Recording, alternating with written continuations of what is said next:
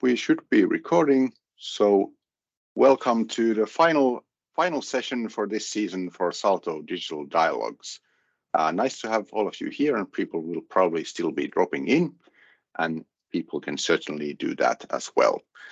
As you know, today we are talking about digital inclusion, and we are very happy to welcome our SALTO colleagues for both inclusion SALTOs. So the very old youth inclusion SALTO and the not so old but equally as relevant education inclusion SALTO. We have Henrique and Josip both from their viewpoints talking to us today, and we are very happy to have them both. I will very quickly go through our guidelines for how the sessions work. If you've been here before, you know all of this by heart.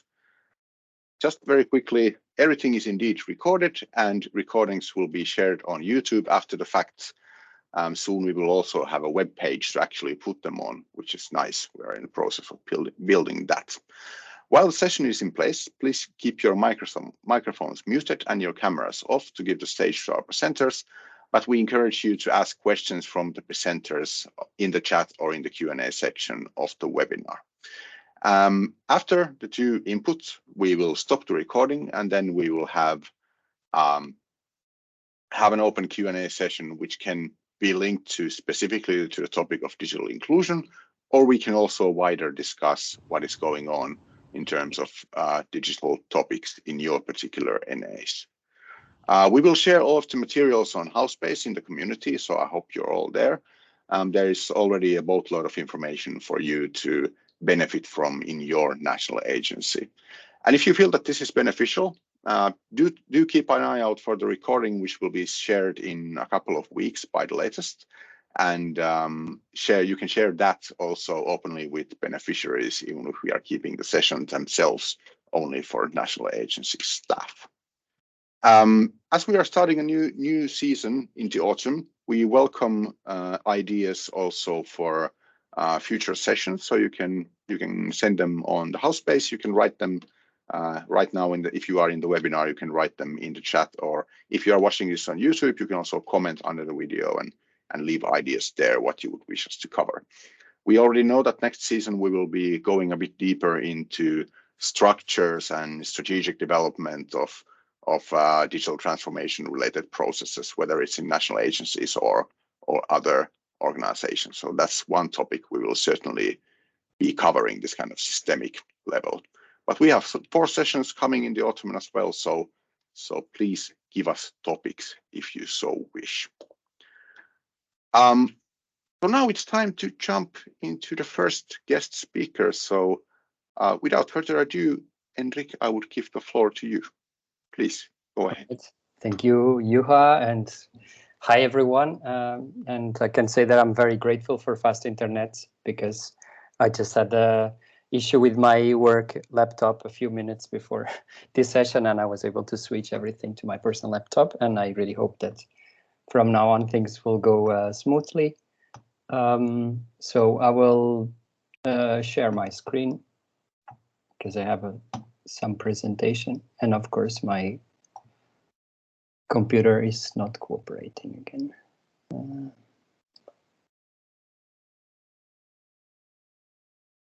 Just please bear with me.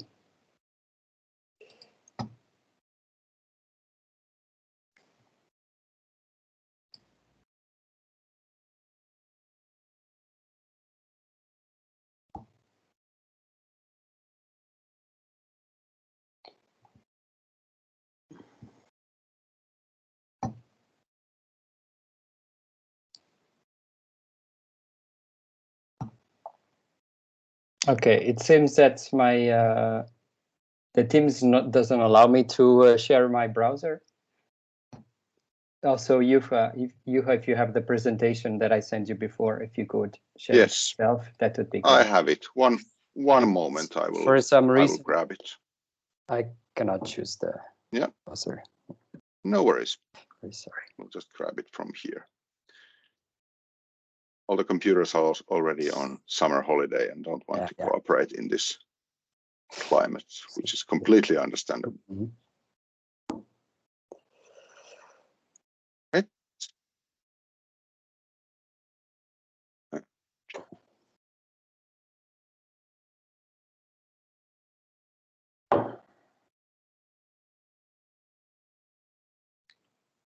see if I can show it in a way that you would be able to control it, but I don't think Probably that this is letting me, but no worries. I will just change the slides for you. That is also perfectly fine. Right. Hoppla. And I'm sharing the wrong thing. I'm also in need of summer holidays. Hey, this is clearly not the smoothest start so far, but no worries. There we go. Should be visible now, right? Okay, perfect. Okay, so let's do this again. So hi, everyone. For the ones who don't know me, I'm Henrique. I work for SALTO Inclusion and Diversity, for SALTO Youth Inclusion and Diversity. So I was invited to come to this session to talk about the inclusion dimension in digital youth work. So it's something that our SALTO Resource Center was focusing on, especially during the COVID-19 pandemic, also a bit before, during, and now after. We are still, of course, collecting all the learnings and also trying to figure out the next path. But I will also talk now about our journey in the past years so far with digital youth work. Could you please move to the next slide? Yes. So I work with these other three lovely people that you see in the picture, Peter, Jan, Maria, and Tony. And together we strive to give young people with few opportunities better chances in life and to create a more inclusive society. So this is our mission, and we do so by contributing to the field of youth work and try to help national agencies, trainers, youth workers to assist in their work with young people with few opportunities and to embrace diversity of all kinds through the programs. And we do that by organizing trainings, conferences, seminars, publications, tools, and so on. So can you please move to the next one?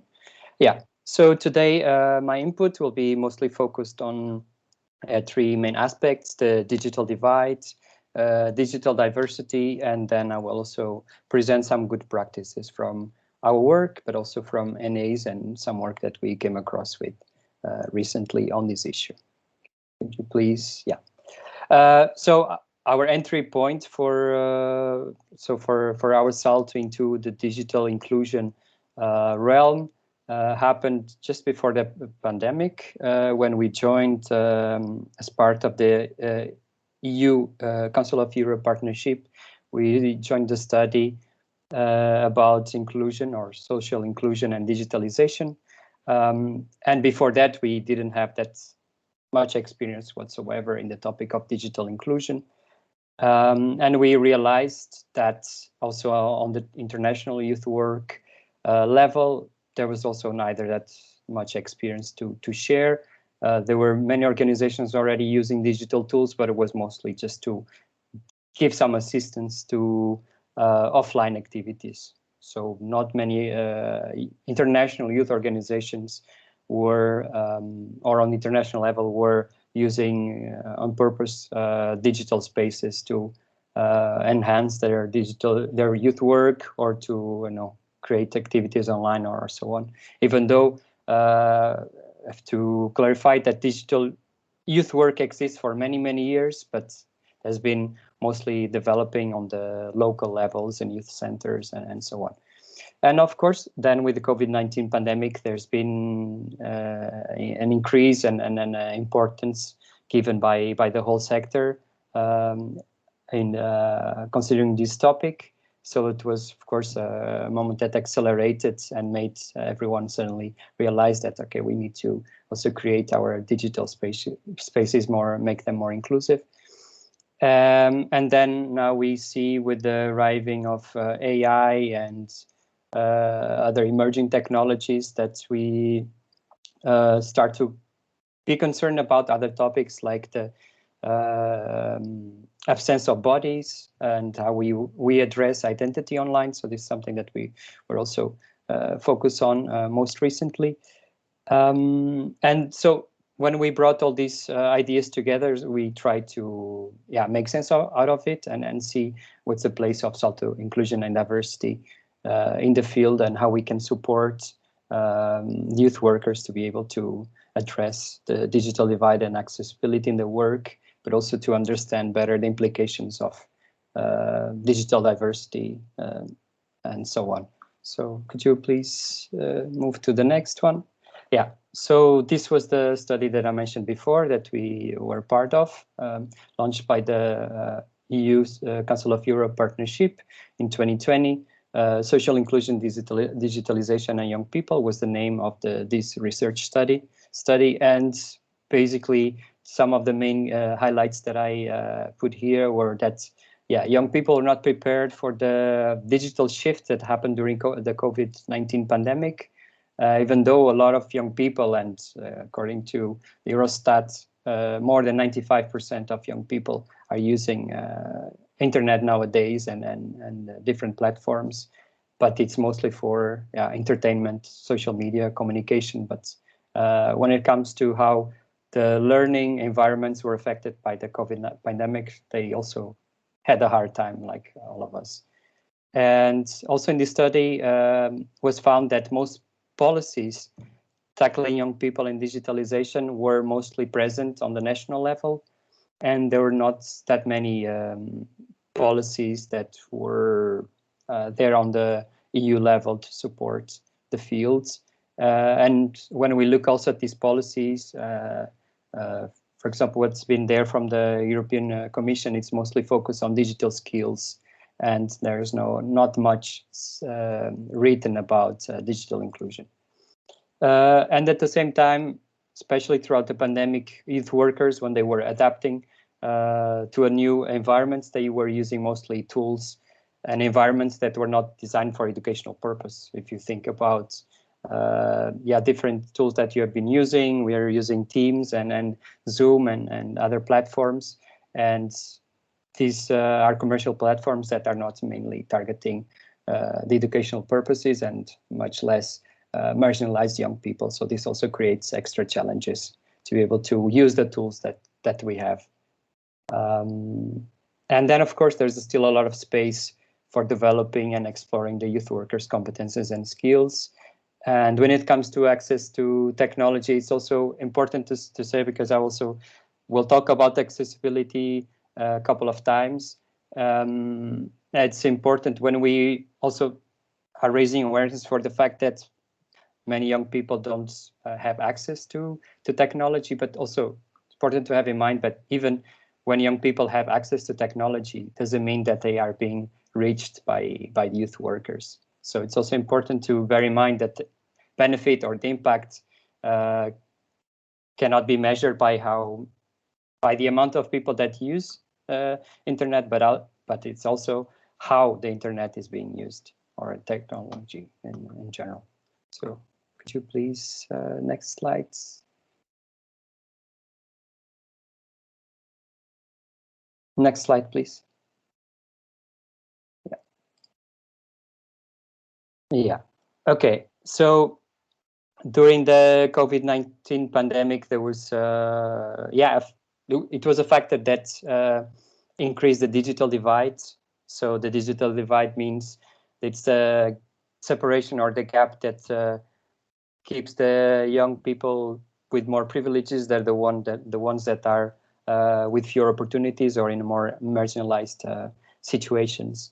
And when it comes especially with access to internet and technology, we identified 4 main topics. The first one is the infrastructure. So one of the obstacles or barriers that keep certain young people from connecting or participating is that they have limited or unreliable internet access, or maybe they don't have enough household devices in their households.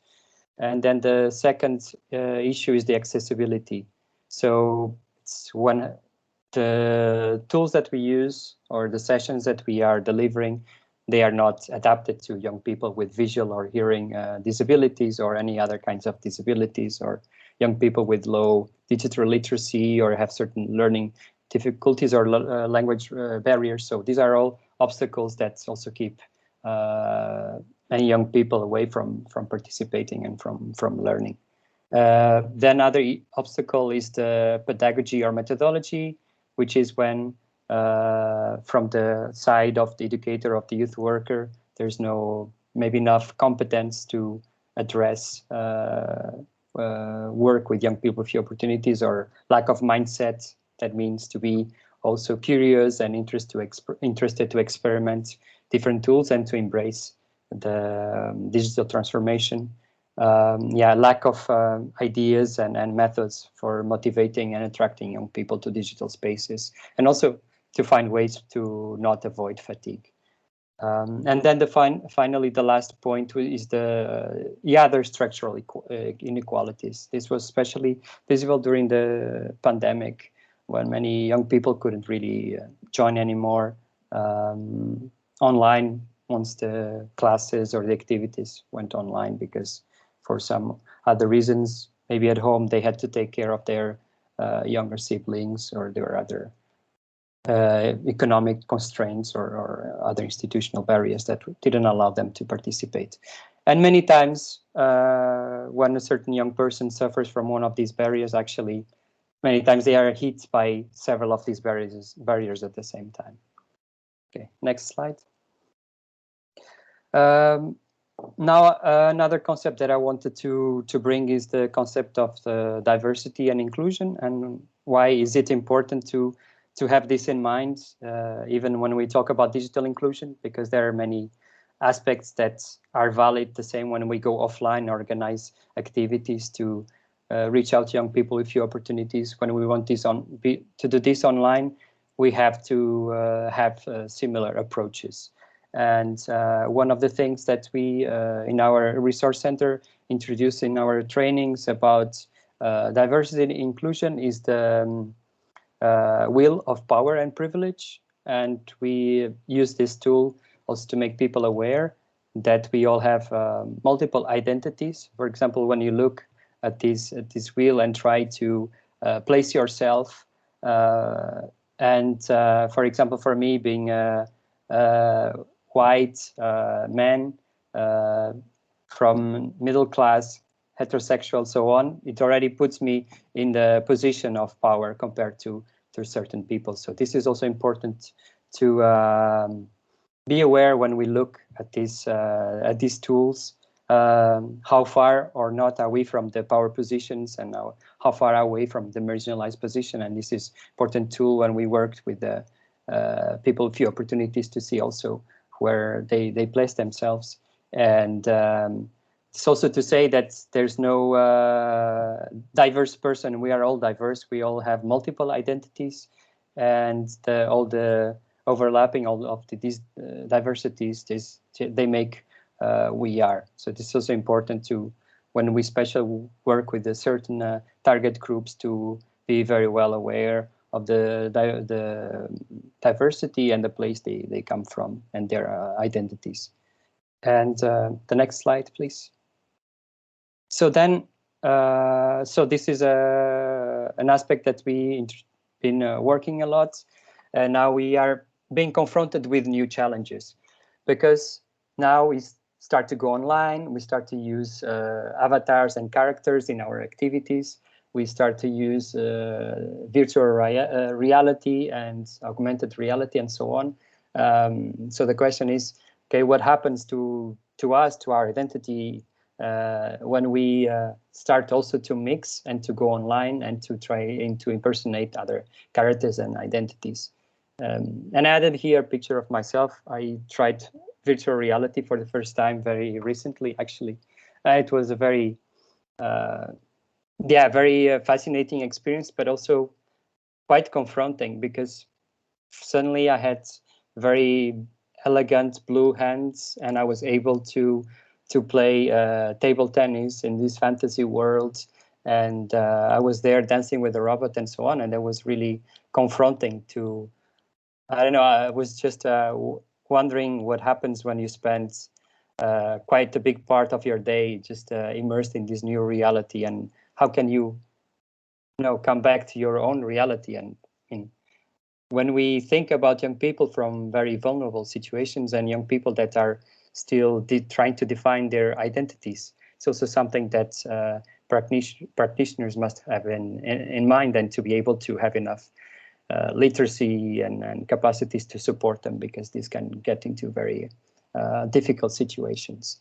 But what was also interesting to acknowledge from experiences like this is that maybe, and this is more like a philosophical question, is that, okay, so what does it mean when we start to go online and start to interact with each other without a physical presence?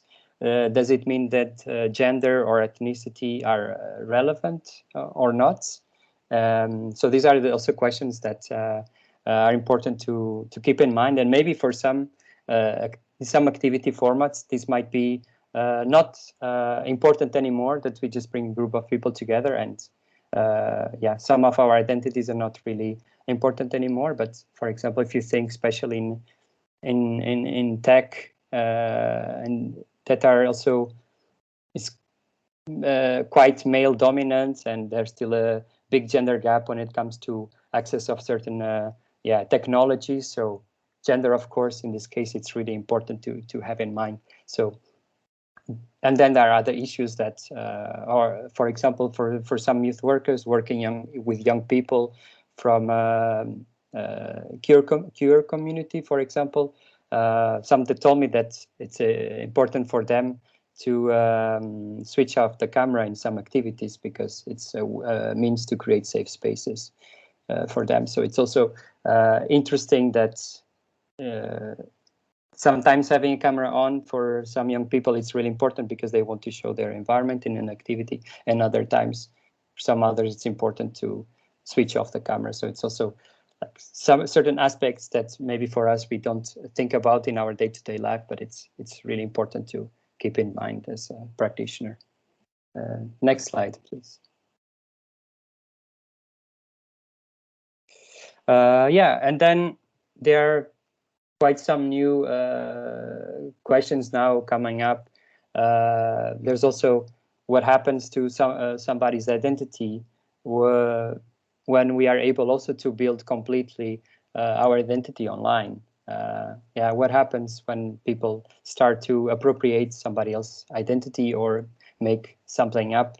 What happens to a young person who starts to feel pressure about looking in a certain way, because there's so much pressure about around these body image issues online.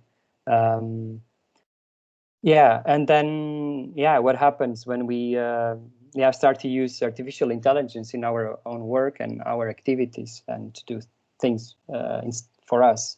What happens when algorithms make us see certain things on social media, or we are bombarded with certain information on social media, like when Facebook suddenly decided to go through this experiment and was on purpose giving negative news on people's feeds, and this throughout the time made people feel depressed.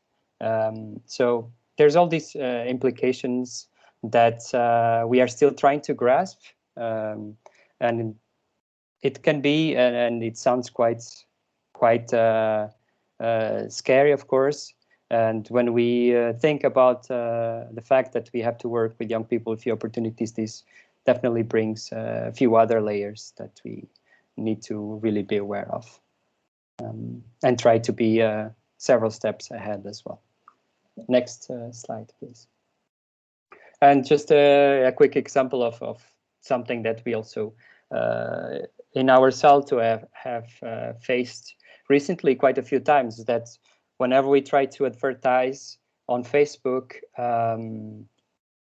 a training opportunity, for example, or a tool or resource that deals, for example, with anti-racism, we get often this kind of notification, and they are not able to show the ad for us, because according to Facebook, this can influence how people vote and can affect the outcome of an election or a pending legislation. And this is also something that we find puzzling in our work, and this is something that we also have to be able to fight against when we try to use the digital media to support our work, and then we get often these kind of messages. Next slide. Yeah, so just to wrap up, when it comes to the concepts, then we have inclusion, which is often considered this other side of the same coin. And when we think about the people that are not here today, and I see that Teams tells me that we are 19 participants here at the moment, and some people were not here today. Maybe they didn't want to be here today. Maybe they wanted to be here today, but they couldn't be here today. And this is also the approach that we have to take into account when we design inclusive activities, is trying to understand why certain young people are not there, what makes them be there and not be there. And connected to that, we have three main issues that we find important to have in mind. The first one is privileged. So all the unearned advantages, the benefits and rights that a certain person gets because they belong to a certain social group. So what I mentioned before, the fact that I'm a white cis male already gives me some certain advantages compared to many other people. And then the second issue is the power. So the one's ability to influence or control other people, events, processes, and so on. And again, I'm here, and I'm also aware that I have a certain position of power. I could also have told Juha, okay, no, I don't feel like joining your session. You can find another person. I mean, of course, you exaggerate them, but this is like things that we need to be aware that we, in our positions, we can also exert power over other people. And this is a big factor for exclusion. And then the last point is intersectionality. So this goes back also to the wheel of power and privilege that I showed before, but also what you see here, this intersectionality. So it's like how the different identities intersect, and then they create the identities that we have, and overlapping of all these different identities can create also certain discriminations. And then the next, and also to be aware on top of all of this that our society is full of norms, oppression, stereotypes, discrimination, biases, barriers, and marginalization, and these are issues that many young people face on their day-to-day basis that we also need to be aware of when we try to be inclusive. Next, but so when we work with the NA officers in our trainings about handling diversity and inclusion, there are a few tips that we give right away that we find important if we want to work with young people with few opportunities. And the first one is to get educated, to learn about inclusion and diversity, to learn about the barriers and the obstacles faced by young people with few opportunities. The second one is to hear from them directly. It's really important to understand their issues, the obstacles that they face, and also ask them what you think about this, what you think about the way we are organizing this tool and this session, because this is really crucial to make the activities more inclusive.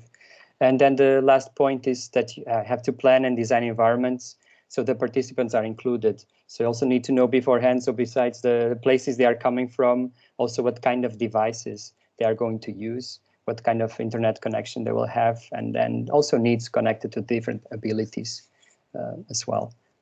Okay, next. Okay, now I will move to the lighter stuff as well. I will take a sip of water first. Because of course these were the, let's say, the concerns that we had, and they were our starting point to also try to understand how to address inclusion in digital spaces. But we had also to experiment, we had to try, we had to search for the good examples and the good practices. And I saw that Kadri was here before. I hope you're still around. So I'm also very happy and proud to share the project that me and Kadri from SALTO Participation Information organized during the past year, called Digital Transformers. And this was a long-term project focused on inclusive and participatory digital transformation that consisted of 1 residential training, 4 online trainings, and 1 study visit. And plus, we had 6 webinars on several topics connected to always to inclusion and participation. And these webinars were also open to a wider audience. We had also an internal course on HOP. And then as an outcome of this long-term project, we had produced several articles, video interviews, educational materials. And also, we're very happy to see that throughout the process that the participants started to develop projects after the examples and the inspiration that they were getting from learning from each other. So at the moment, there have been 6 Erasmus Plus projects also submitted by the participants. And unfortunately, I cannot share with you the final reports and the materials today, but should be live in the coming weeks. Okay, next slides. Yeah, and just some quick examples of tools and things that we tried. So I mentioned that we had to experiment, and we were in this activity experimenting a lot. We used Meebo, we used GatherTown. We had activities in makerspaces, so we're using different types of environments, live or online, to be able to create more fruitful learning experience with the participants and to enhance the connections and enhance the learning. So these learning points will also be shared in the reports later on. The next slide. And just 2 concrete examples that we found out in our study visit in Armenia that was part of the Digital Transformers. There was the TUMO Center for Creative Technologies.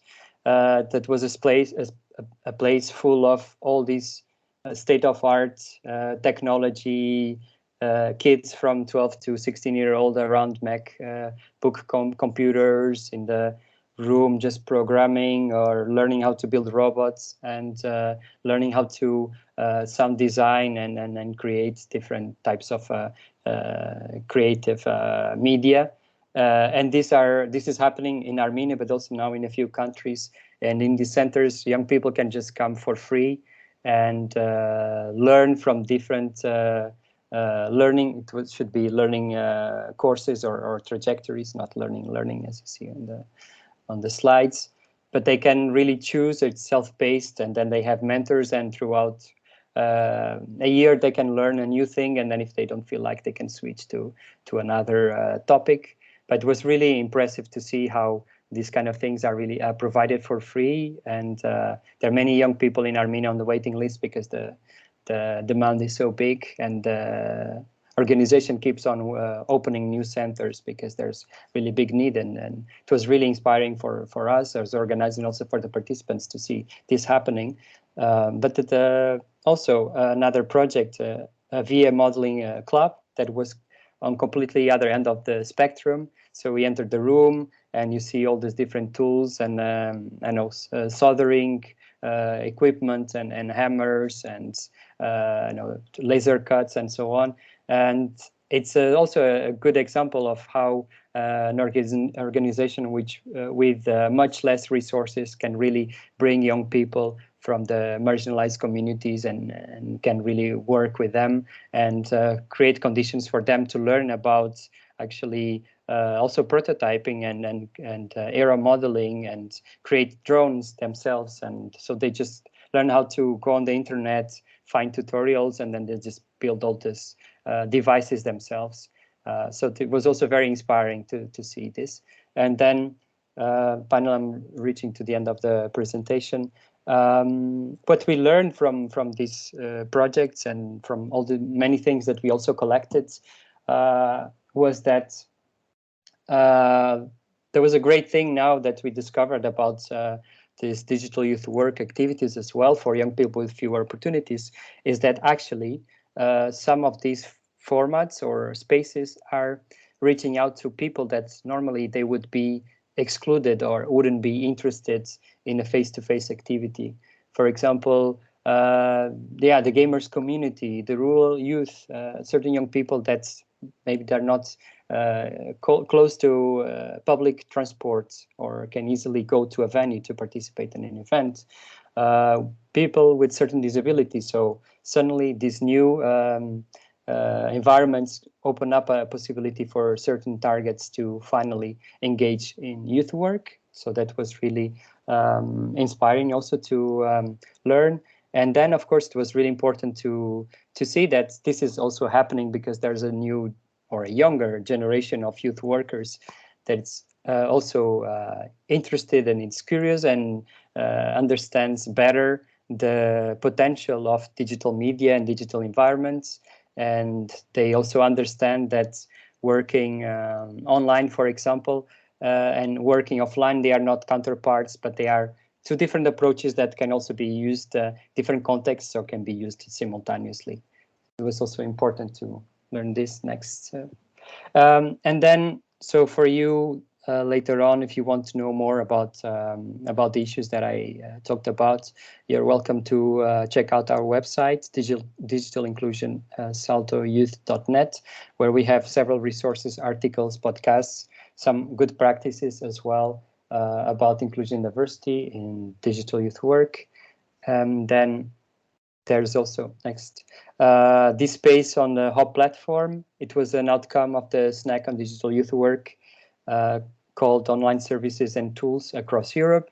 So in this work package, the national agencies were researching in several countries how also young people were being impacted by the digital transformation and how online services were able to support young people and also young people with few opportunities, because there's in this course there's a module that is focusing exclusively on inclusion.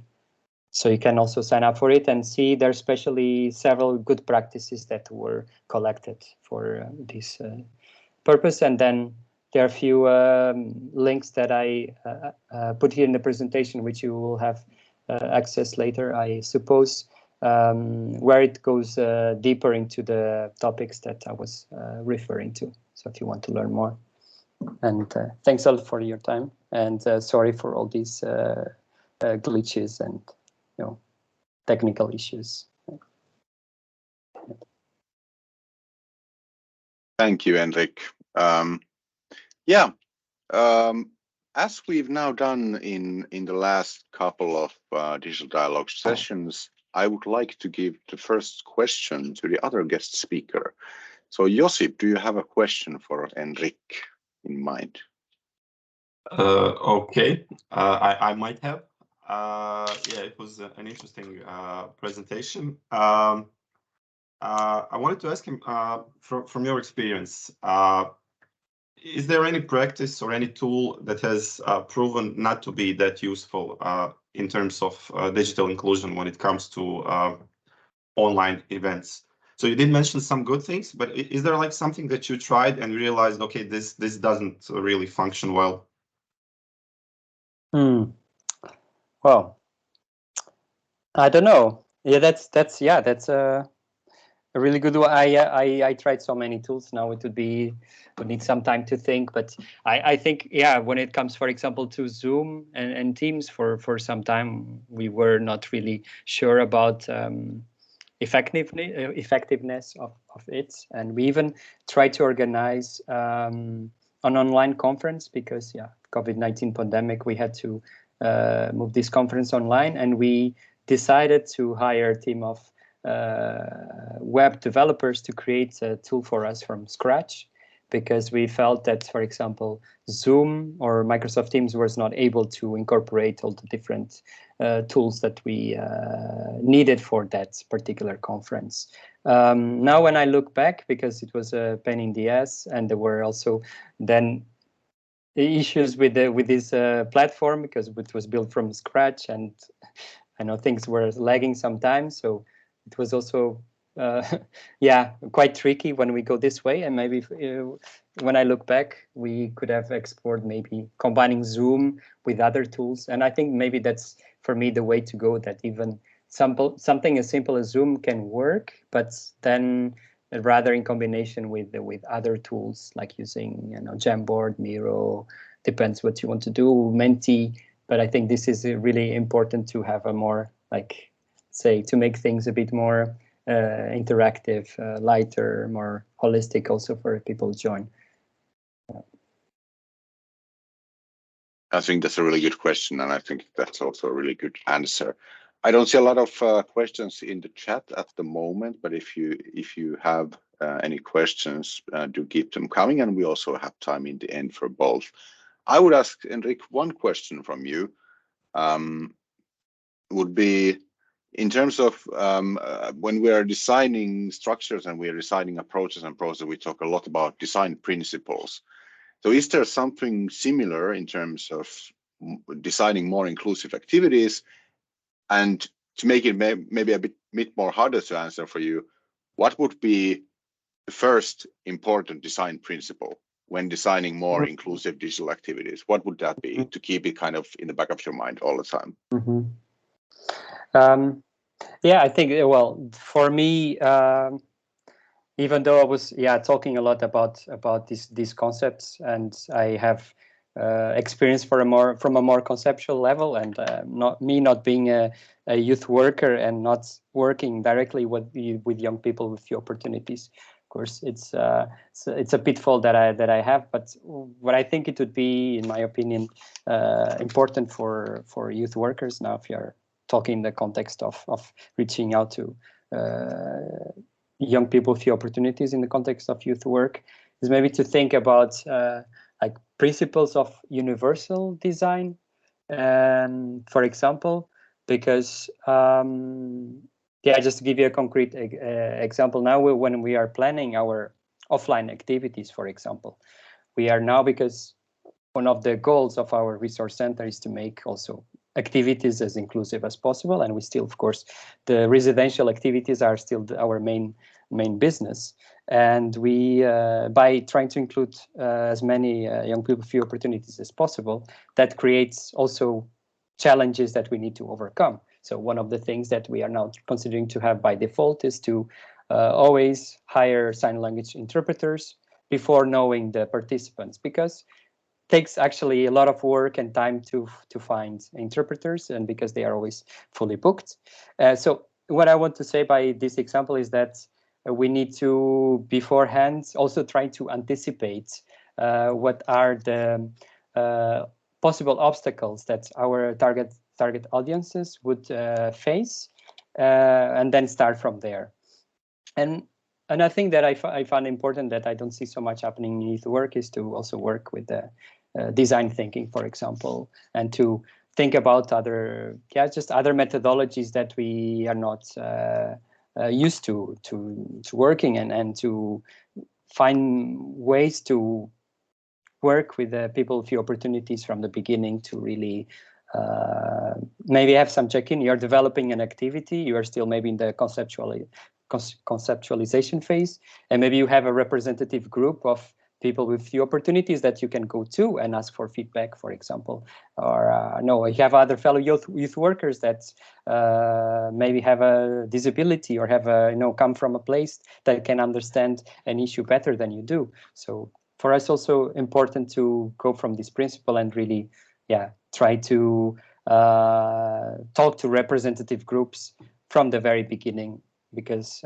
then we will avoid some unnecessary frustrations. And then maybe one last thing that comes to my mind is that, for example, when we organize these activities in the maker spaces, because it's also something different from, if we look at international youth work, their approaches, because they work for the community, and it's very practical, and it's very based on problem solving.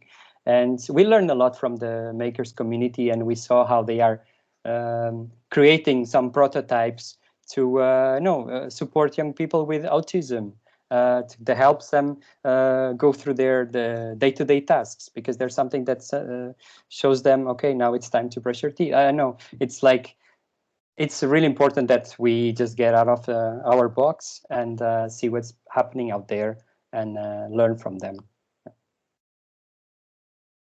Thank you. I like this idea of making activities and processes, making them inclusive by default instead of making them inclusive only if necessary, because then you don't run into the problem that you're in the end of the process already and you're like, oh, oops, we don't have the resources anymore, or there is not enough time to make it inclusive. So I really like the idea. Thank you, Henrique. And again, keep those thoughts coming in the chat as well. Now I would give the floor to our next speaker, Josip. Funnily enough, the chat is saying Josip Lusa is away and is not necessarily responding, but you seem to be fairly responsive still. I know you're on vacation in a minute, but we're happy to have you for a moment. So please, the floor is yours. Great, thanks. I hope you can hear me and see me. That will be a good sign. Yes. Great, let me just start sharing my presentation. So just a second. So I think it should be up there. Hi everyone. Thanks again for tuning in. I would first of all like to thank the colleagues from SALTO Digital for inviting me to take part in what is this, the sixth session of SALTO Digital Dialogues.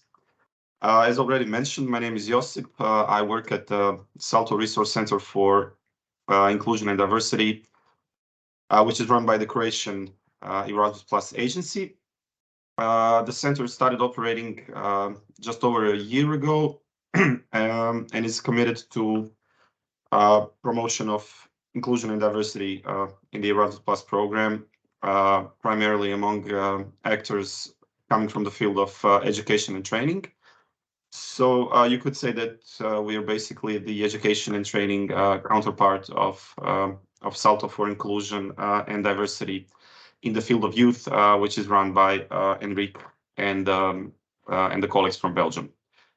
I'm very happy that Henrique is here with us today for many reasons. One of them being that I consider him more experienced when it comes to the topic of digital inclusion, but I will nevertheless try to complement his input and maybe give my 2 cents on this topic by focusing on some tools, features, and processes that can be used to improve digital inclusiveness and accessibility, on the one hand, in the context of everyday work of DNAs, and on the other hand, when it comes to project design and implementation in general. So I tried to group my thoughts concerning this topic in 2 buckets. The first bucket would concern digital accessibility, whereas the second revolves around inclusion in online events. And since I would say that Henrique covered the second bucket quite well, I will spend some more time talking about digital accessibility. And I will start by being quite honest with you. Digital accessibility, it's not something that has been grabbing my attention like ever since I started working at DNA.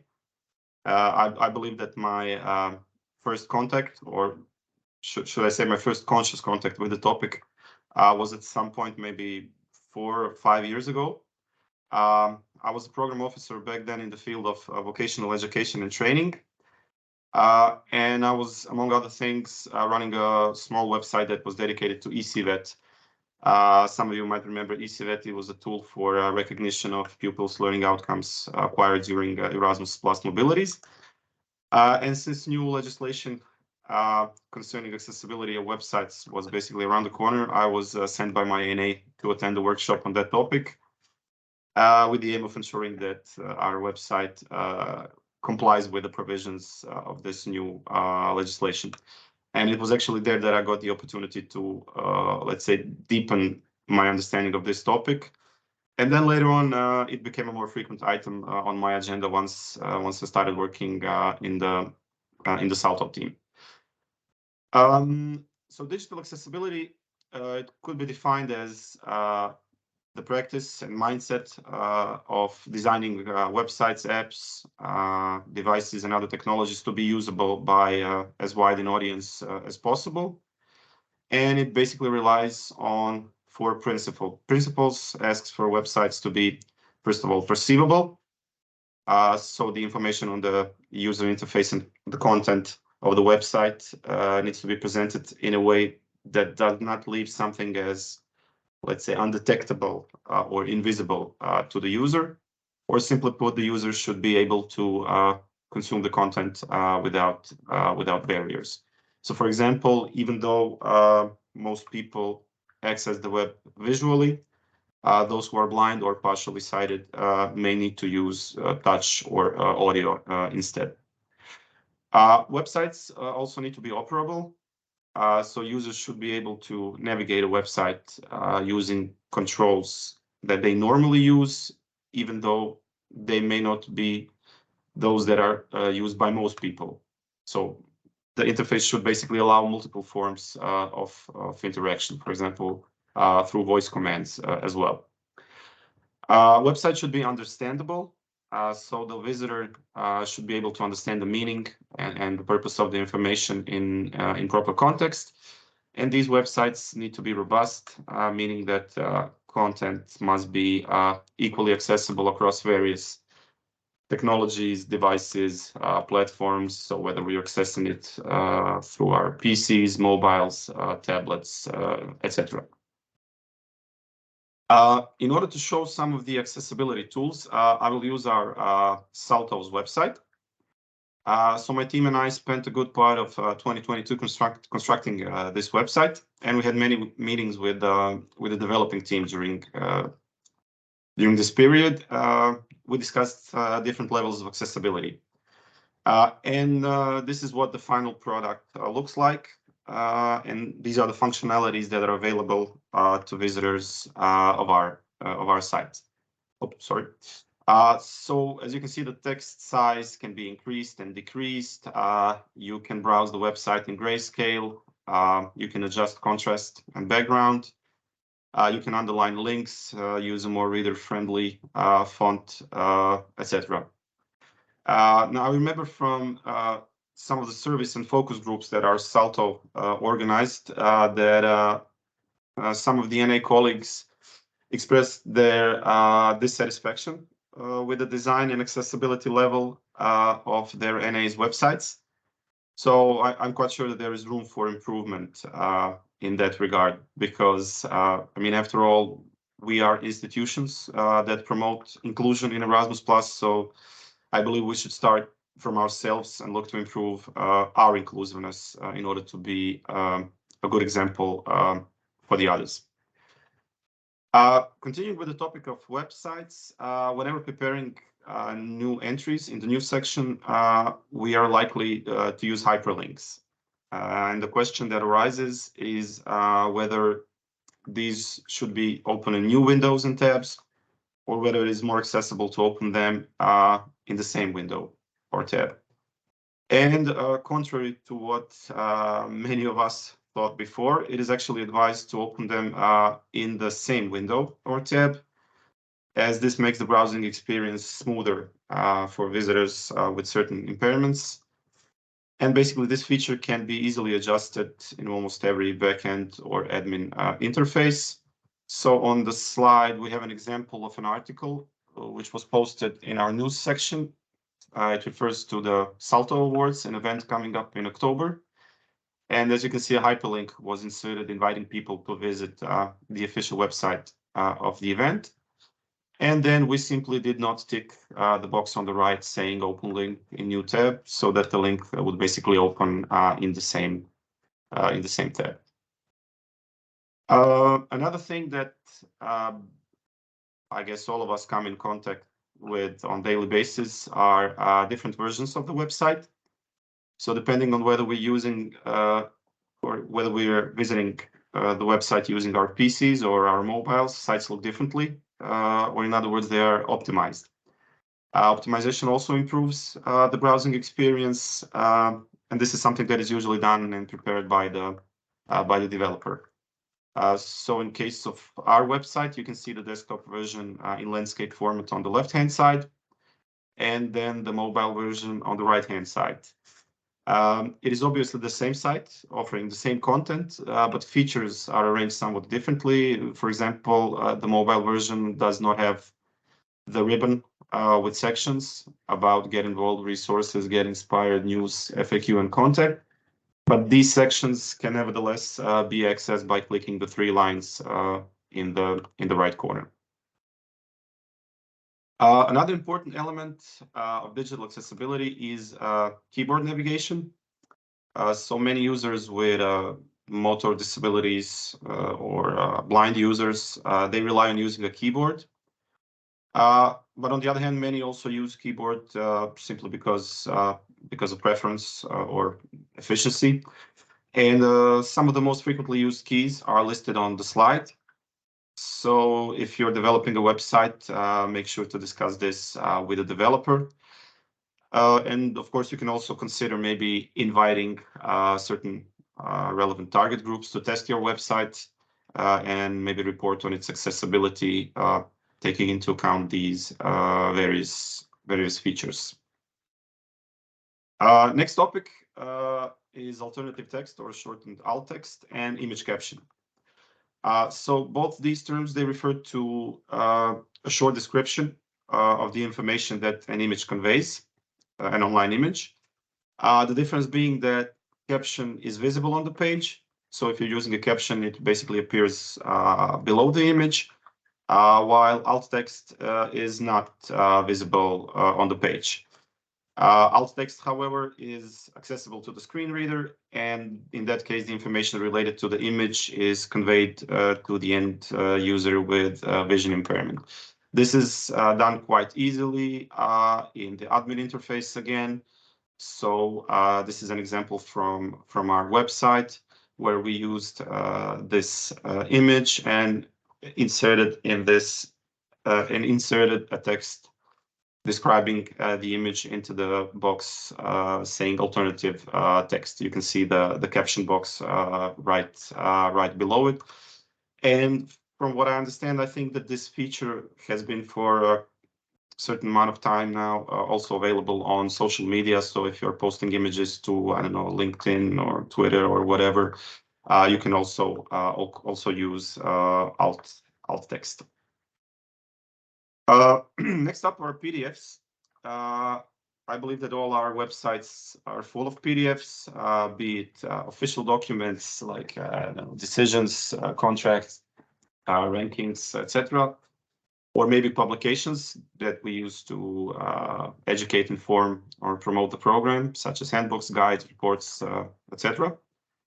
And in the context of digital accessibility, it is always crucial to upload searchable PDF, since searchable PDF enables screen readers to access the information.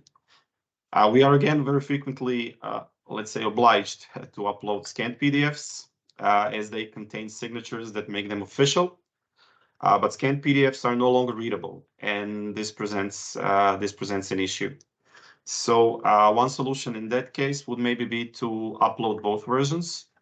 This here is an example from our website. So we had a decision, and we uploaded both the scanned PDF and the plain PDF without signature. So the former version confirms, let's say, authenticity or validity of the document, and the latter enables visitors with vision impairment to access the information.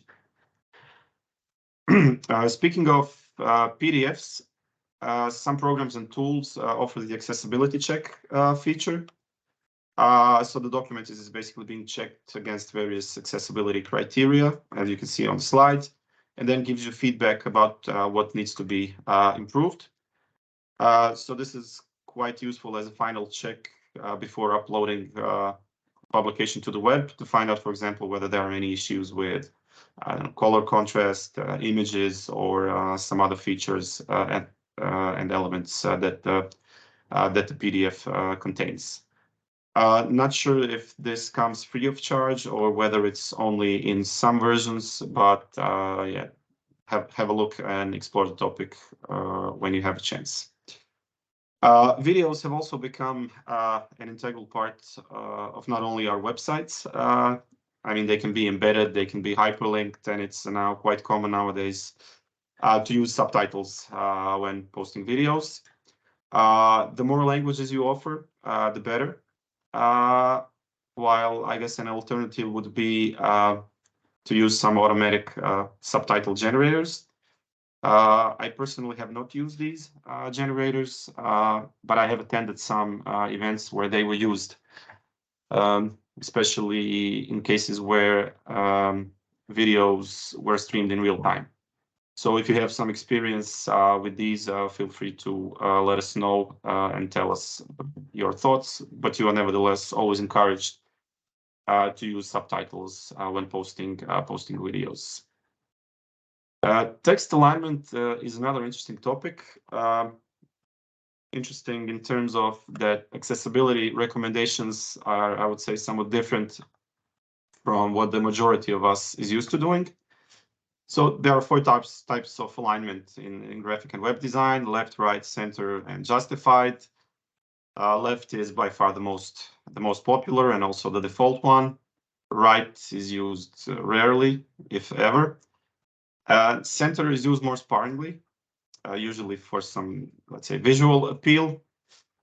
And we have the justified alignment. I mean, the idea behind using justified text is that it looks more visually appealing than if left justified alignment was used. And hence it's common to use it in books and written materials. So I'm not sure about you, but they always taught me to justify my texts, and then it came to me as a surprise when we were told at this digital accessibility workshop that basically left alignment is the best option in terms of accessibility, as it makes it easier for some persons to read the text. So henceforth, I am almost always using left alignment. One more element related to the topic of digital accessibility are the so-called easy-to-read versions. So both our NAs and our key stakeholders, by that I mean European Commission, beneficiaries, etc., produce, let's say, large quantities of text. These texts come in form of reports, guidelines, strategies, publications, etc. And the idea behind easy-to-read versions is that basically they make our lives easier by simplifying the language and shortening the scope.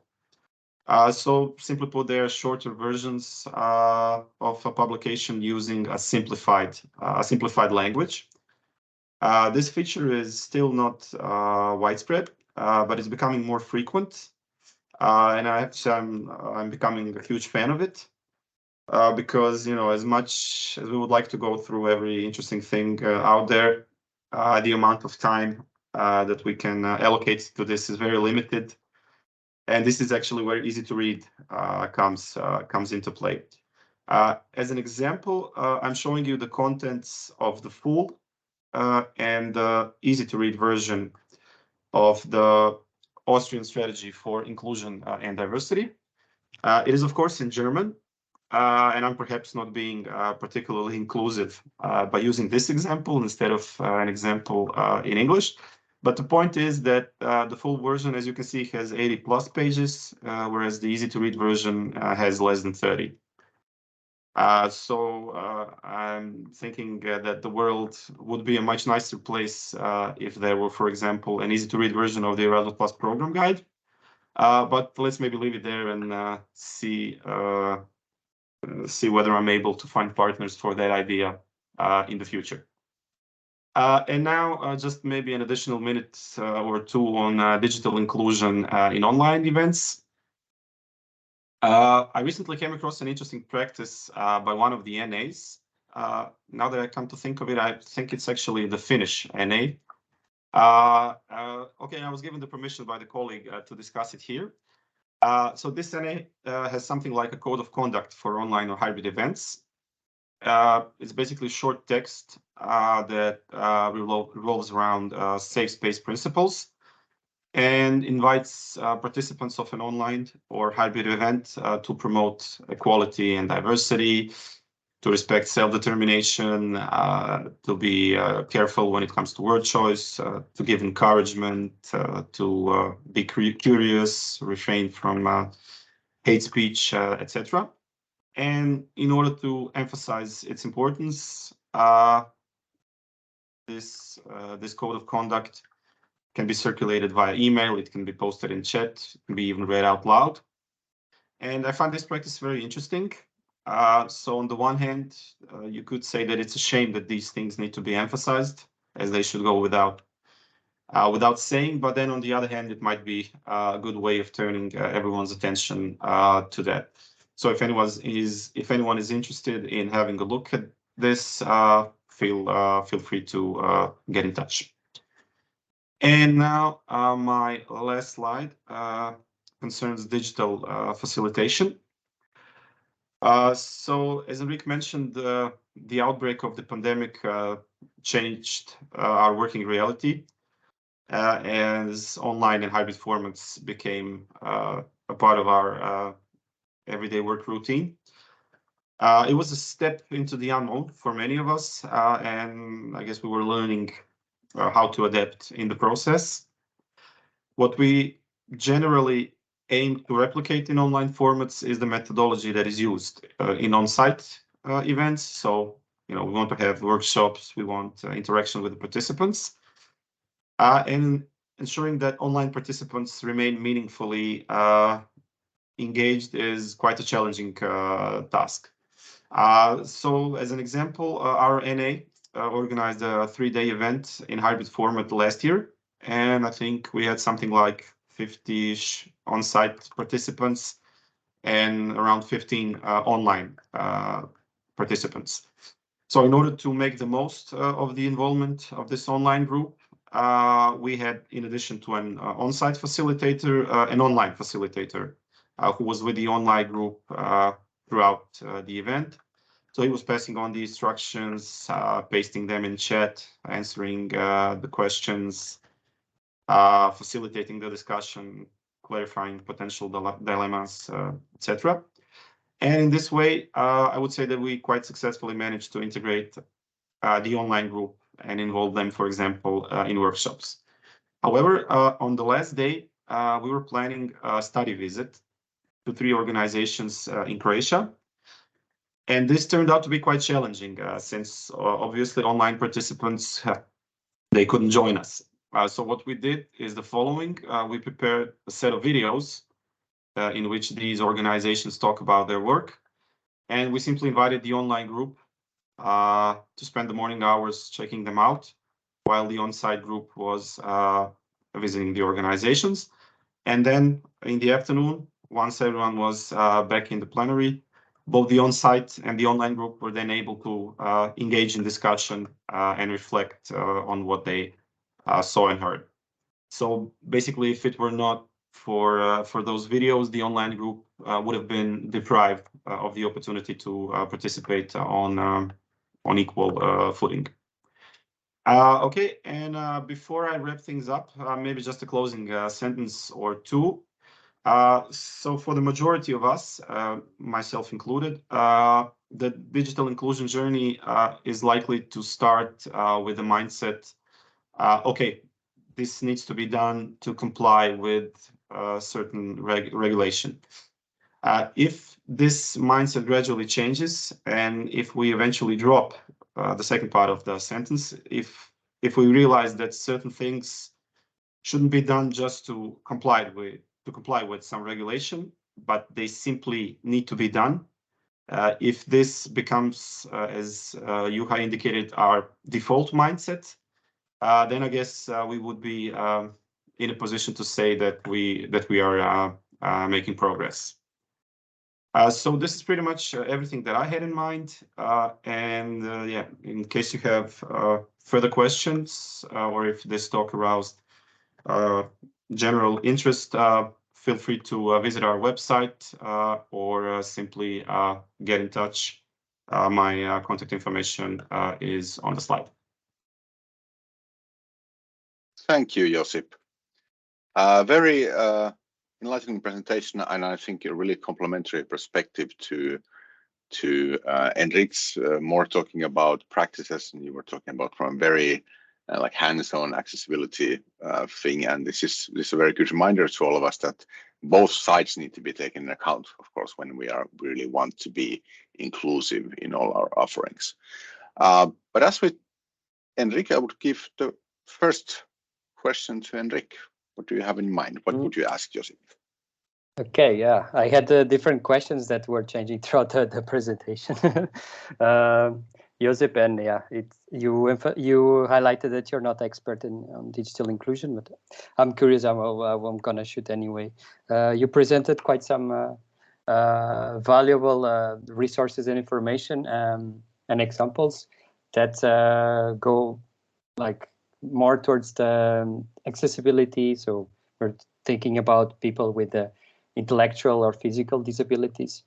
Did you also, I know, come across or experience a project that was targeting also people from other backgrounds, facing other obstacles? And I mean, if there's something that we can also learn from formal sector, like some good example.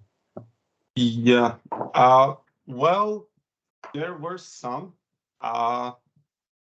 This might be a more frequent topic in the field of youth, maybe. So this is maybe one of the reasons why there are not that many examples in the field of education and training. But we do have some success stories and good examples on our website. If I remember correctly, we have, for example, but okay, this again touches upon the topic of easy to read and easy to understand language. But there was a really successful project from Spain. It was implemented in the field of higher education, but it dealt with the topic of easy to understand language and how we could work on improving our outputs of our projects to make them more accessible to people with intellectual disabilities or visual impairment or some other topics. So this is maybe the first thing that comes to my mind. But as you mentioned, I primarily focused on the topic of digital accessibility. It was in the center of my attention. Yeah.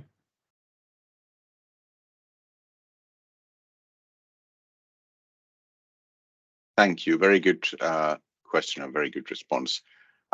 We will now end the recording here. For anyone watching on YouTube, this is as far as you get. In case you are someone watching from the field, you need to get on board a national agency so you can access the fun part, which is the open Q&A session. So everyone watching live, don't go anywhere, but everyone on YouTube, thank you for watching, and thank you again for Josip and Henrique, and see you in the next one.